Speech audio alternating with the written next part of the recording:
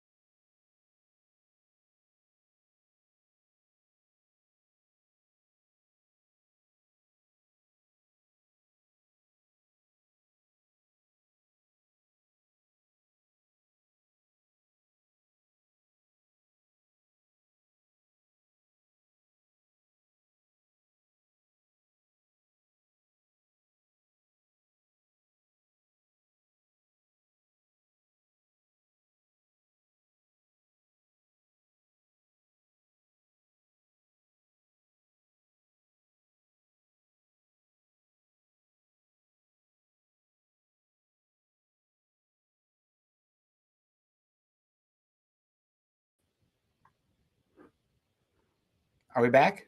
Are we live? Computer freaking out here.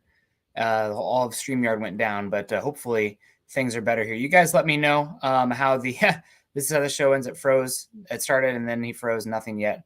We're here. You guys let me know if I'm in the chat and I'm back. Had to completely restart the computer there. So, all right. Well, the good vibes are back on, everyone. Gosh, talking about how everybody is sick in the house, then my computer, StreamYard, whatever it was, decided to kill it. But we're back. Good. Everyone, drop a thumbs up. That way I know that you're here with me as well. And hopefully it sticks going here. I had all my tabs open and everything for the show. And of course, then it completely dies on me. So, man, not a best start to the morning. Maybe a little bit of a clunky start, just like the Broncos yesterday. Obviously, Broncos on the third play of the game. You have little Jordan Humphrey with a fumble, and the Panthers march down the field, quickly score a touchdown. Patrick Surtain cooked on the line of scrimmage. I mean, beaten definitely by Leggett, a rookie wide receiver from the South Carolina Gamecocks.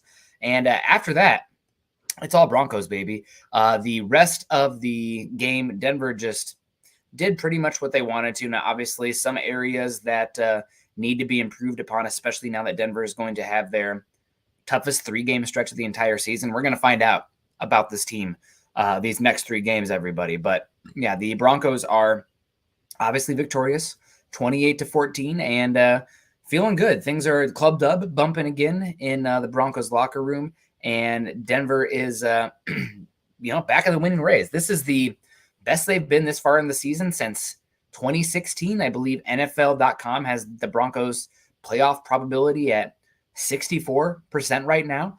So, yeah, it is going to be a fun second half of the season. Now, obviously, 64%. Denver has a lot of work still to do. But like yesterday, almost every single matchup as far as Broncos wildcard perspective goes went Denver's way. I mean, really, you are in a really good spot going forward here.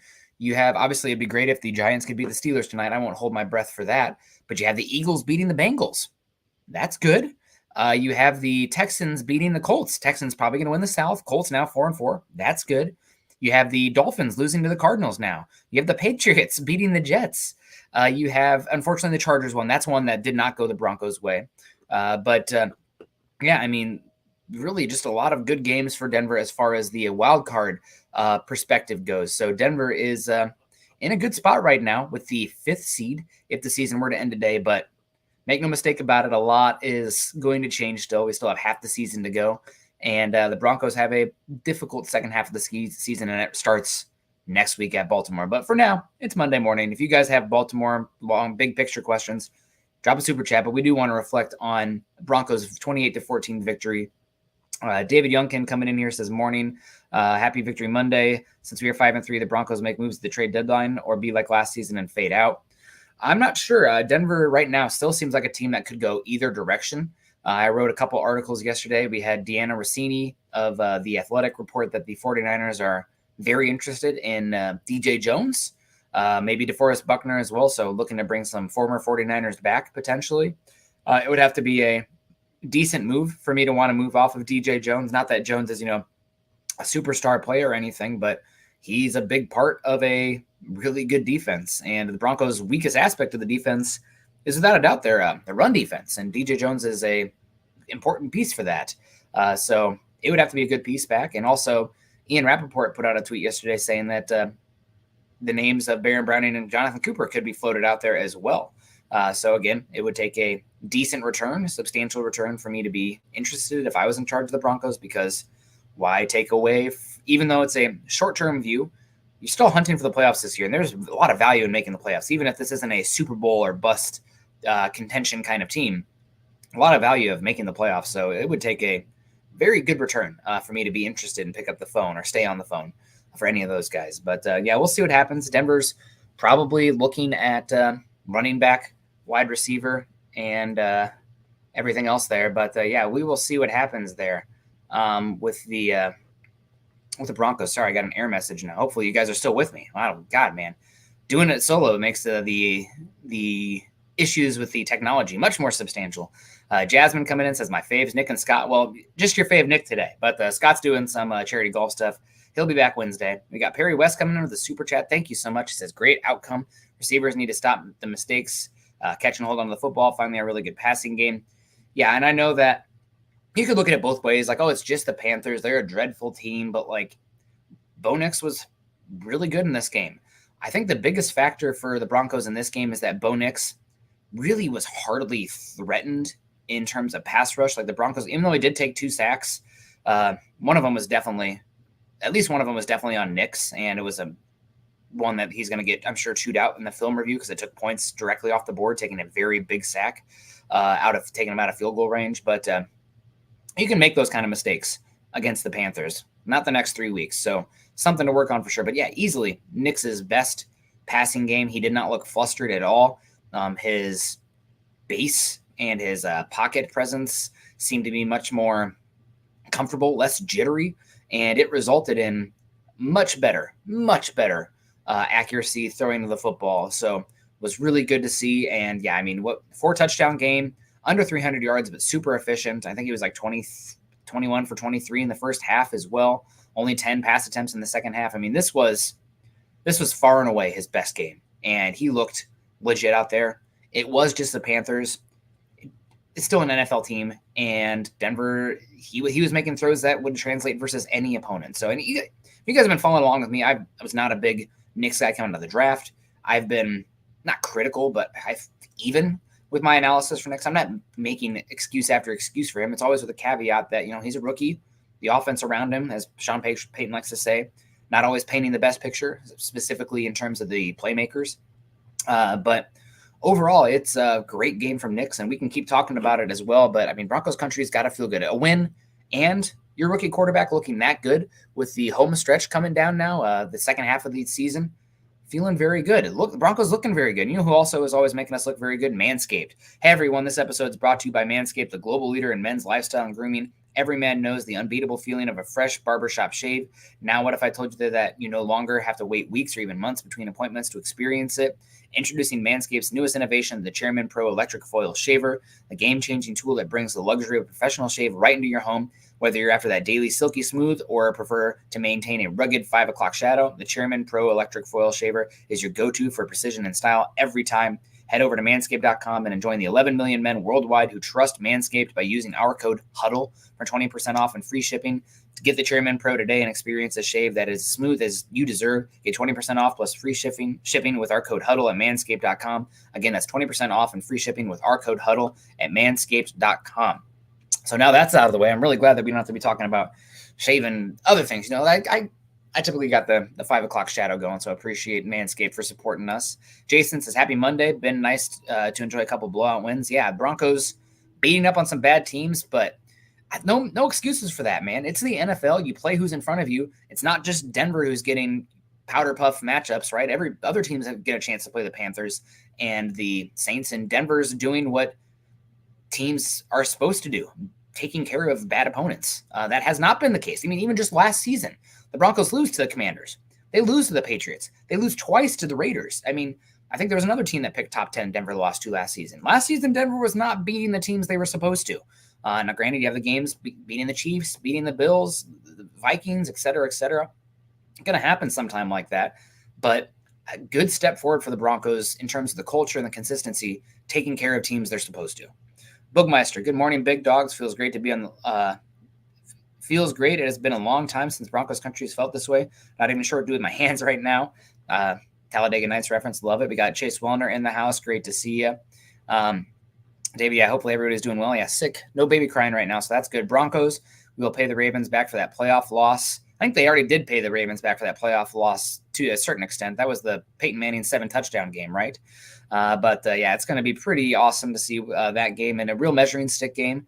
I saw Denver as a 9.5-point underdog going into that game. So Vegas doesn't believe in the Broncos, and almost it's a little unfortunate that Baltimore's coming off of a loss last week because they're going to be reinvigorated, I am sure. But yeah, it's going to be a tough game for Denver. And unfortunately, if Denver's defense is weak anywhere, it's the run game. And this is the number one rushing attack in football in terms of efficiency. coming into this week. So we'll see what happens with that game. Back. We got Mark in here. Good to see you. Good morning. Thank you so much for the super chat, the coffee. I'll drink to that. Since I'm running solo today and baby was up like 6 times within 4 hours last night, I'm probably on 3 hours of sleep right now.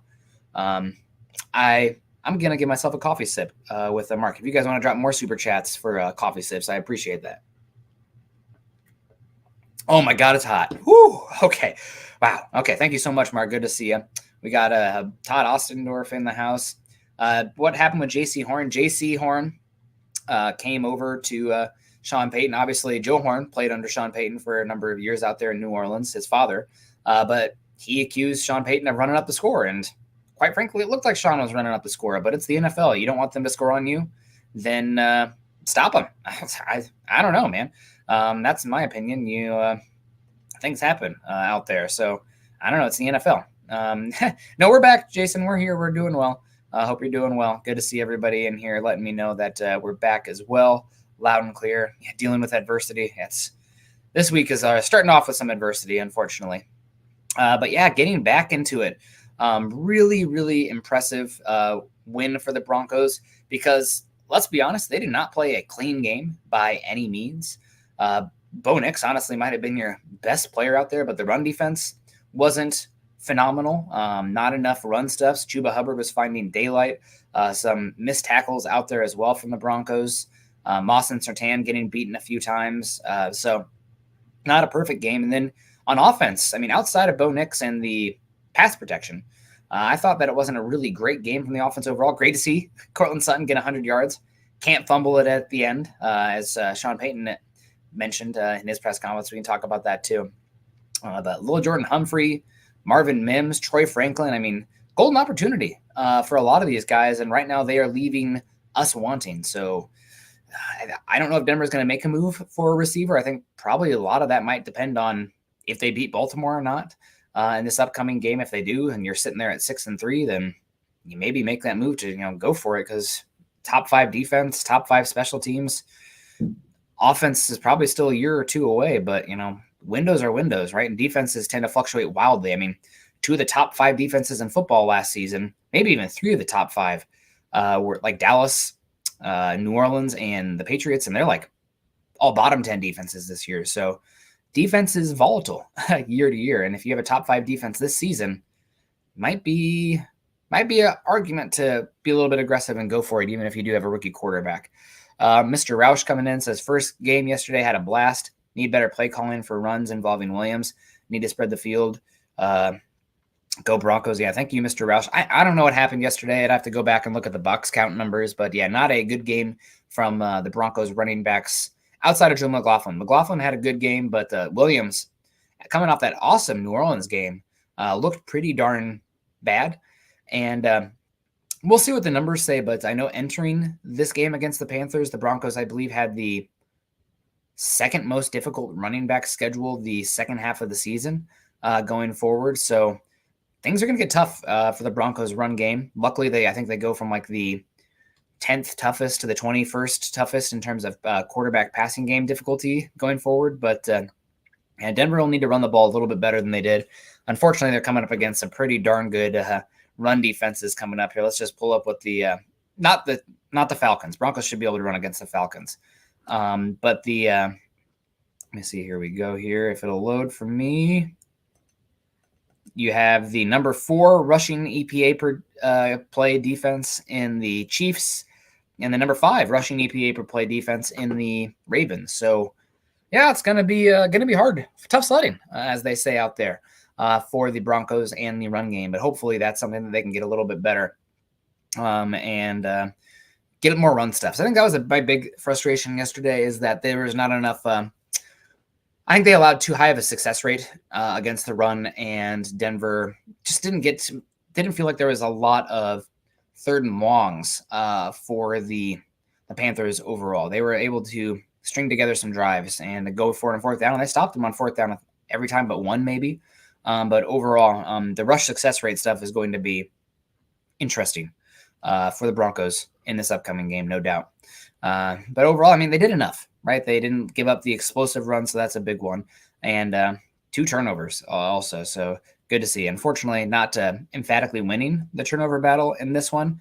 Denver 4-2. I mean, I guess that's pretty darn good.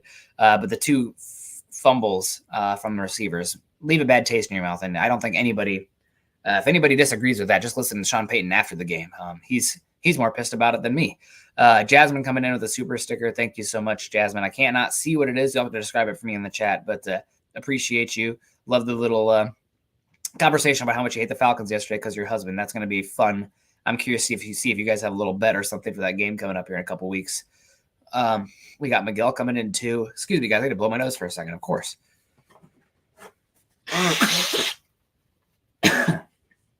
We're back.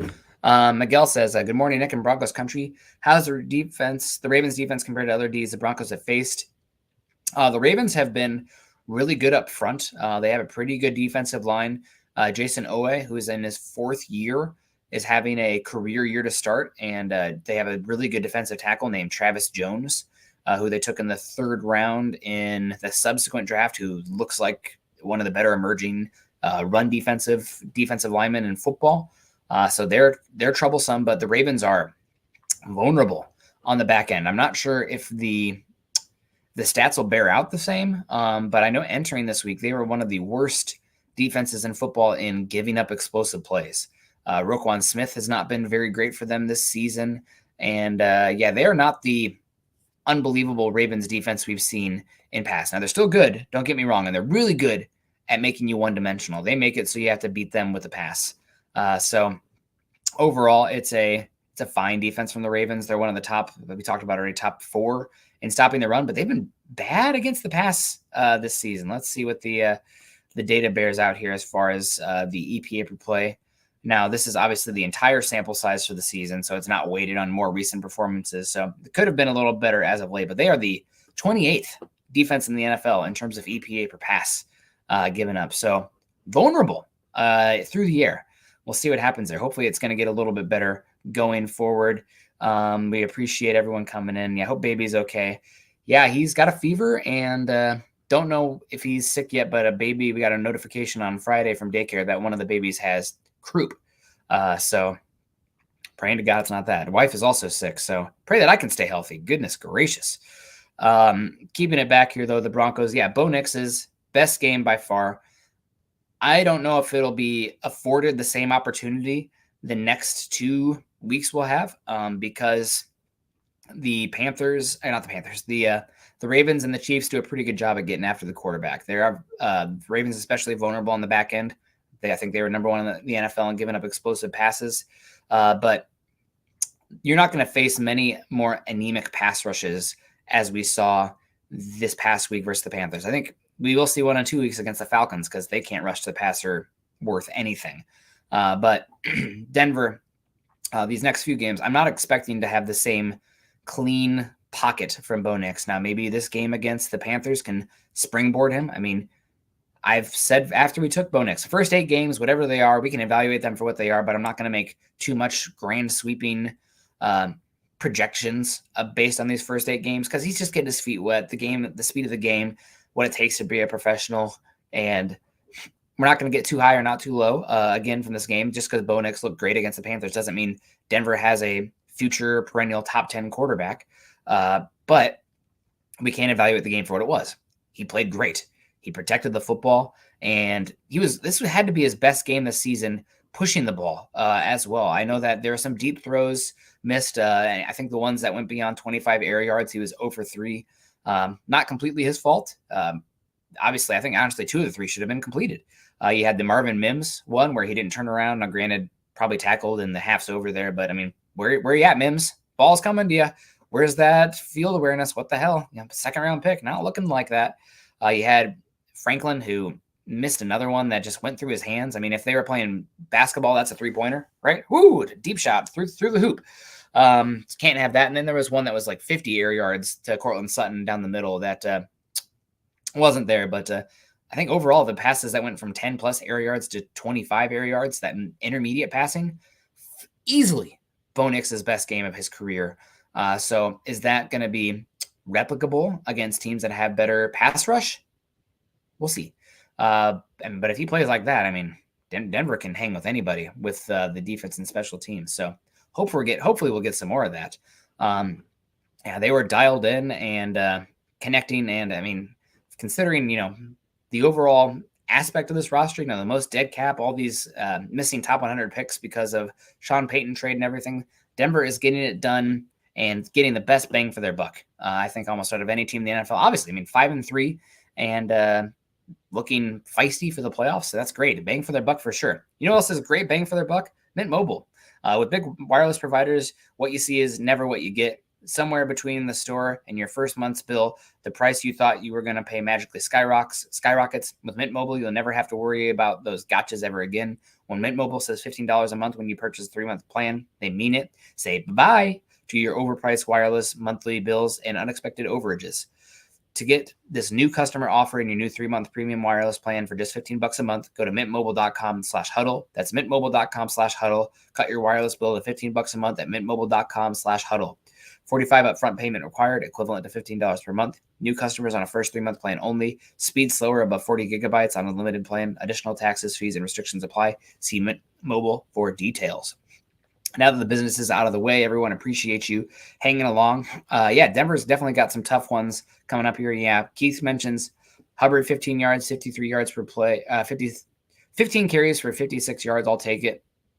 Yeah, it was an okay game. Again, I wish Denver was a little bit better in the run stuffs department. But overall, Chuba, not as much of a lashing as what we saw the Commanders give the run game last week for the Panthers, but Denver definitely did enough in that one to take care of business. And overall, pretty good game. Let me see, what do we have here for the Panthers? Yeah, Chuba Hubbard, success rate of 33%, EPA per play of negative 0.18. So not great from them. First down on just 13% of his carries, but better game than Javonte Williams, who has negative 0.32 EPA per play, 22% success rate, and just 6% of his carries for first downs. So, and Denver did enough, and we're going to find out about this run defense the next 3 weeks. We're talking enough about, the offense and the tough defenses coming forward, but you also have unbelievably difficult matchups coming up for the Broncos in terms of the defense. And I'll probably write an article at some point coming up here, but these next 3 games are going to really give the Broncos defense a chance to either cement themselves as a special defense and a potentially special season, or a very, very good defense in a season, but not special. So we'll still see how that plays out. But yeah, just looking ahead here, the next 3 games, obviously do want to still circle back on this Carolina game, but I'm now still starting to look ahead as well. But the best offenses in football right now, EPA per play, you have Baltimore at number 2, Falcons at number 9, Chiefs at 10. So obviously 3 top 10 offenses coming up here. That'll be interesting to follow, without a doubt. Success rate, you have the Chiefs, the number 1 success rate, offense in football. The freaking out here. The Baltimore Ravens at number 2, the Falcons at 7. So 3 top 7 offenses in terms of efficiency. The dropback EPA, Baltimore's number 2, Falcons at 10. And then the rushing offense, you got Baltimore at 4, Kansas City at 8, Falcons at 13 for EPA per play. So we're going to find out about this defense. Denver enters. We still have tonight's games left. It's Pittsburgh versus the Giants. So I guess there's a chance that Pittsburgh has a 3 defensive touchdown game and jumps the Broncos. But for now, Denver is the number 1 EPA per play defense in football. That can change. Obviously, that can change with these next ones. So we'll see what happens. These are, like I said, Denver's a 9.5 underdog going to Baltimore. I'm really bummed that you have to play Baltimore and then Kansas City. I wish we had Baltimore this week and then Carolina and then the Chiefs, because Baltimore is going to bruise and batter you up front. And if there's any area of the Broncos that are vulnerable on defense, it is the run defense. They're closer to the middle of the pack against the run than they are far and away the number 1 pass defense, number 1 pass defense in the NFL. So we'll see what happens. But overall, a good game from Denver. I thought some standouts. Obviously, I want to give a shout out to Nick Bonito. He had a really good game out there. Got his 6th sack in a row. So 6 games in a row. Ties Von Miller, I think, for the 3rd longest sack game sack streak in Broncos history, so hopefully he can keep that up. Lamar is a different type of contest along with Derrick Henry in the backfield, so I'll be very curious to see what Denver's plan is for next week, because that's a very difficult tandem. But, if you want to be where the Broncos want to be, you got to beat teams like this, or at least compete. So we'll find out for sure. As far as the Broncos go in this one, I mean, they dominated overall. Total first downs, 23-16. Denver going 11 for 17 on third down. 11 for 17 on third down, guys. That has to be the best they've had this season, maybe the best in multiple seasons. 65%. It goes 12 for 18 if you include fourth down as well. Denver going 4 for 5 in the red zone, 3 for 3 in goal to go. I mean, this is a great performance from Bo Nix. There's no other way to slice it. 400 total yards. The rushing wasn't great, only 3.2 yards per carry. Now, granted, some of that is Panthers knowing you're going to run in the second half and taking it away. But yeah, good job from them overall. And 7.3 yards per pass attempt. So really great for Denver. Really great. And this was the first game all season, excuse me, where I thought that Bo Nix wasn't just a passenger on the vehicle that was the Broncos to a win. He went out there and he was, along with the defense, the main reason. You won this game because of what Bo Nix was doing out there. So again, that's not to take away what he did before. Sometimes all you need to do, a lot of quarterbacking is just, driving the vehicle, not being the vehicle itself. So this was a game where Nix was great, above and beyond. 4 total touchdowns on the day, the rushing touchdown as well, played smart, protect the football. My only complaint was that sack he took on first watch on broadcast view. The sack he took in the first half or second drive or whatever it was that took him out of field goal range. That was frustrating. And against a worse team, that could hurt you. But we're picking nits at that point. So I'm going to wrap it up here pretty soon, guys, just because, it is a short game and I got to go take care of sick wife and sick baby. So if you got any supers or anything, get it in here. I did want to give a few more shout outs in this game. We obviously have Jaquan McMillan with the unbelievably gorgeous interception at the goal line. What a play from him.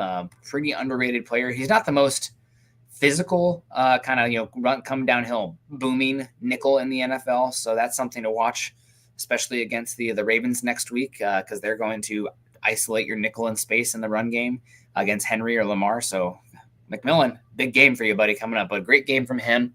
Good to see Pat Surtain back out there. I haven't heard anything about his ankle just yet, but that's one that you're going to need him this upcoming week just so you can allocate more bodies to the box to try to stop the run. So it's like, well, why does he matter? Because it's going to be more about stopping the run and everything. Well, Lamar's killing it, passing the ball too, and definitely the MVP of the league through the first half of the season. But you need Moss and Surtain and McMillan and Brandon Jones and all those guys to play great football, because you need bodies up front to clog the run lanes and keep Lamar contained. So it's going to be a very interesting game, no doubt. I also, double-edged sword on this one, really happy to see Cortland Sutton get out there and have his first 100-yard game in, I think, 2 seasons. Good game from Sutton overall. He had the great pass as well, right? I mean, trick play there at the end. I can kind of understand why the Panthers were upset a little bit, but Sutton getting 11 targets after 0 official targets last week, 8 receptions, 100 yards, and frustrating to see him have that fumble at the goal line and kind of point at himself, say, my bad, and then Sean Payton in the postgame immediately after saying you can't have guys just saying my bad with fumbles. It sounded like a direct shot at Lil Jordan Humphrey and Cortland Sutton. He said, if you can't have guys who can hold on to the football, we'll get some other guys in here. So that's going to be a storyline worth watching. I don't think Denver's going to be trading off any of their pass catchers. I don't know which pass catchers actually would bring back much value right now either. But that is something to watch for the Broncos going forward. You got to protect the football. They're just putting it on the turf way too often. So I'm going to have to watch for that. Also on the defense, wanted to give Zach Allen credit. I thought he had himself a heck of a game.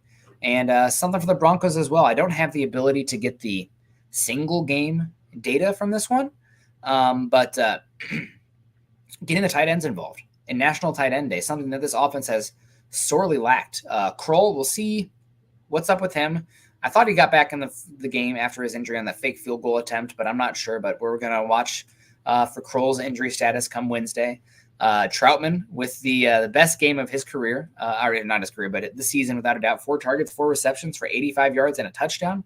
You love to see it. And also Nate Atkins, special team standout, third safety, H-back, fullback, tight end, not safety, tight end, third tight end, H-back, fullback, whatever you want to call him, kind of a do-it-all guy, really useful guy to have on your roster, especially the special teams ability. He gets a touchdown reception, a good play from Nix as well.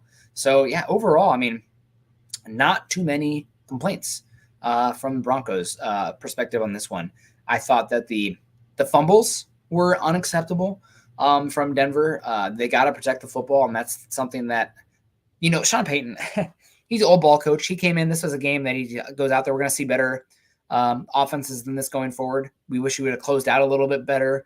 And then talking about painting a picture better about the Knicks being better around Bo Nix and the receivers holding on to the football. This is exactly what you love as an old ball coach. You have Denver winning a game decisively, never really in doubt. I mean, even when they fumbled and the Panthers scored early, I'm like, Denver's still going to steamroll them. I just don't think through 60 minutes the Panthers are going to be able to hang, and that came true very, very quickly in the second quarter. I think it was the second quarter where Denver put on 21 points. But I digressed. The Broncos have a lot to clean up. As Victor Rio says, tackling was horrible. That tackling has to be better next week. You had mistakes out there from your receivers putting the ball on the turf, and some errors overall, personal foul penalties, et cetera, et cetera. So the Broncos have a lot to work on still, and this was not a clean game. Denver honestly probably should have won like 40-3. Both of the Carolinas touchdowns came directly off of fumbles, so points off turnovers are huge. Another point of emphasis. So great for the old ball coach. You win a game convincingly. It seems like everyone's healthy. We'll see about that. We'll follow Surtain's ankle, and we'll see if Locke is back this week. I know he hurt something. I can't remember what it was in practice, but he might not be back this week. And also following Kroll's injury as well. But a little bit of sloppiness from the Broncos. You still won decisively. You love to see that. And there's plenty to work on. So really happy about that. Overall, good game from the Broncos. Pass rush got out there. I thought Browning and Cooper, despite I don't think either of them notched a sack, both of them looked like they were making plays out there, impactful, getting after the quarterback with some pressures. And want to give a shout out to the special teams as well on this one. Thought Denver did pretty darn well there with the kick game. I thought Dixon in his 3 punts, averaging 51 yards per punt. He did have one that was a touchback, so that was unfortunate. Bounced in the end zone, but he had 2 of his 3 punts inside the 20 and 60-yard long. So shout out to Dixon and the punt team. They did pretty darn good in that one. And let's 4 for 4 with extra points, whatever. But shout out to Dixon. I thought other than that, the touchback, which was a little disappointing after the other punts he had, but he had a pretty darn good game too. So always have to give the special teams shout out. And I don't typically, give out game balls after the game. But this one has to be, if we don't give one to the tight ends, just the tight end room in general, Denver with the worst tight end production in the NFL coming into this game, and to have 2 tight end touchdowns was great to see. But this is Bo Nix's best game of his career. And again, I don't expect this to be baseline going forward because progression is not linear, and also progression is not guaranteed.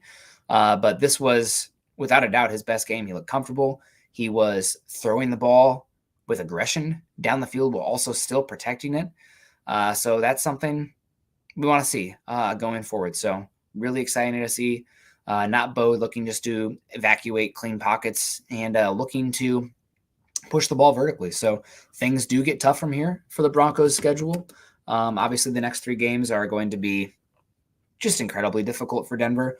They have to go 1-2. I mean, really, if you go 0-3, you're sitting there at 5-6. I don't love your chances. I mean, things do kind of clear up again after that, but I mean, do they? Browns look pretty competent with Jameis Winston back there. You got them week 13. You got a Colts team who knows, at Chargers, at Bengals, and then Kansas City. I mean, if you want to make the playoffs, you need to take care of things going forward here again in these next games. I'm not expecting 3-0. 1-2 is not the end of the world. You go 2-1. I mean, the world is your oyster here, but 1 at a time. got a tough game against the Ravens, who are beatable. They are beatable. And we'll have more time to talk about the defense and the offensive game plan for the Ravens on Wednesday as well. But overall, shout out to Bo Nix, shout out to the defense, shout out to special teams. This was an emphatic win. The Broncos covered as well, so should have won by even more than this, but they still covered despite some of the miscues. And kind of a weird game. Some trick plays here and there late. I'm not sure why Sean Payton was wanting to really step on the throat so much and embarrass the Panthers as much as he did. But who knows? They're professionals out there. You don't like it, stop it. So it is what it is. But appreciate everyone coming in here. Shout out to our sponsors, of course, Manscaped and Mint Mobile as well. And shout out to all of our super chat givers today. Perry West, Mark Schrader, Mr. Roush, Jasmine, Miguel Santasteven. If I missed anybody, please let me know. We got Michael Ronquillo always, of course, always coming in and supporting us over on the Facebook side of things too. So shout out to everybody. Hope everyone has a healthy rest of their week. Gosh, it's going to be a sick word over here again, but we'll see what happens going forward. And yeah, Denver 5-3, Bo Nix's best game, coming off of 2 relatively easy games. This is a much better team than I thought they were going to be. And shout out to the players, shout out to the front office, shout out to the coaches. They've been pretty easy to, explain away why this isn't a very good team. All the lack of top 100 picks, the dead cap, trying to dig your way out of Russell Wilson mistakes from the trade and the contract. But here you are. Are you as good in a one-game playoff setting as the Ravens, Chiefs, or Bills in the AFC? No. Vegas doesn't think so. Look at the 9.5 point spread against Baltimore. But you got a chance to change the narrative here. And Denver sitting there at the 5th seed. Are they substantially worse than any of those other 3 teams in the AFC right now? I think if you're doing power rankings, I think you have to put the Bills, Ravens, and Chiefs in their own category. Fine. Denver's going to get a chance to prove me wrong on that and say that they should be there. That's great. That's all you want. But the Texans, their offensive line is bad, and their defense outside the 2 pass rushers has not been ideal. CJ Stroud's unbelievable, though. But Broncos in a 1 game against the Texans, they got a chance, man, especially the way the defense is playing. Chargers already beat us, but I'm excited for another chance against the Chargers. It's a – other than that, who really – Pittsburgh, give me another chance against the Pittsburgh Steelers too. I'd love that. Be a rock fight for sure, but give us a chance in the playoffs against Russell Wilson. Hell yeah. NFL schedule makers or whoever, the people who write the script, get that one on there. Appreciate everyone. I'm going to get on out of here. Make sure you're following myself on Twitter at NickKendellMHH. Also follow us at Mile High Huddle. If you haven't done so yet, we're at Facebook.com/Mile High Huddle and Facebook.com/Mile High Huddle pod. Follow us on there and subscribe, like, and share over on YouTube. You guys have a great rest of your week. It's good to have Denver 5-3, 2-game winning streak. Bleep gets real now. Yeah, I bleep myself there. At Baltimore, at Kansas City, Falcons. We're going to find out, right? Is this team a year away? Is this team now? I'm excited. We're going to find out. Choose kindness and compassion. Have a great rest of your Monday, guys. Go Broncos.